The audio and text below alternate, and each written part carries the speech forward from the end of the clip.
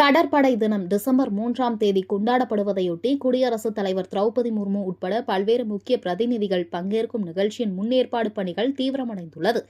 இந்திய நாட்டின் கடற்படை தினம் ஒவ்வொரு ஆண்டும் டிசம்பர் 3ஆம் தேதி கொண்டாடப்படுவதையொட்டி கடற்படை தினத்தில் கடற்படை வீரர்களின் சாகச நிகழ்ச்சி நாட்டின் பல்வேறு கடற்கரை பகுதிகளில் நடைபெறுவது வழக்கம்.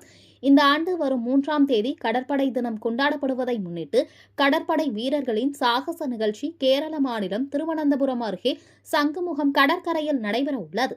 குடியரசுத் தலைவர் திரௌபதி முர்மு, கேரள முதல்வர் பினராயி விஜயன் உட்பட பல்வேறு முக்கிய பிரதிநிதிகள் கலந்து கொள்ளும் நிகழ்ச்சியின் முன்னேற்பாடு பணிகளில் இந்திய கடற்படையினர் தீவிரமாக ஈடுபட்டு வருகின்றனர்.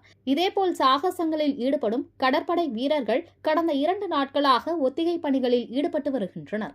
இதையடுத்து சங்குமுகம் கடற்கரையில் குவிந்த சுற்றுலா பயணிகள் மற்றும் பொதுமக்கள் கடற்படை ஹெலிகாப்டர்களிலிருந்து கயிறு மூலம் கீழே இறக்குவது, ஹெலிகாப்டர்களிலிருந்து குண்டுமழை பொழிதல் மற்றும் கடற்படை கப்பல்களிலிருந்து குண்டுமழை பொழிதல், வண்ண விளக்குகளால் அலங்கரிக்கப்பட்ட கடற்படை கப்பல்கள் உட்பட இந்திய கடற்படையின் வலிமை குறித்தான சாகச ஒத்திகையில் ஈடுபட்டதை ஆர்வமுடன் கண்டுகளித்தனர்.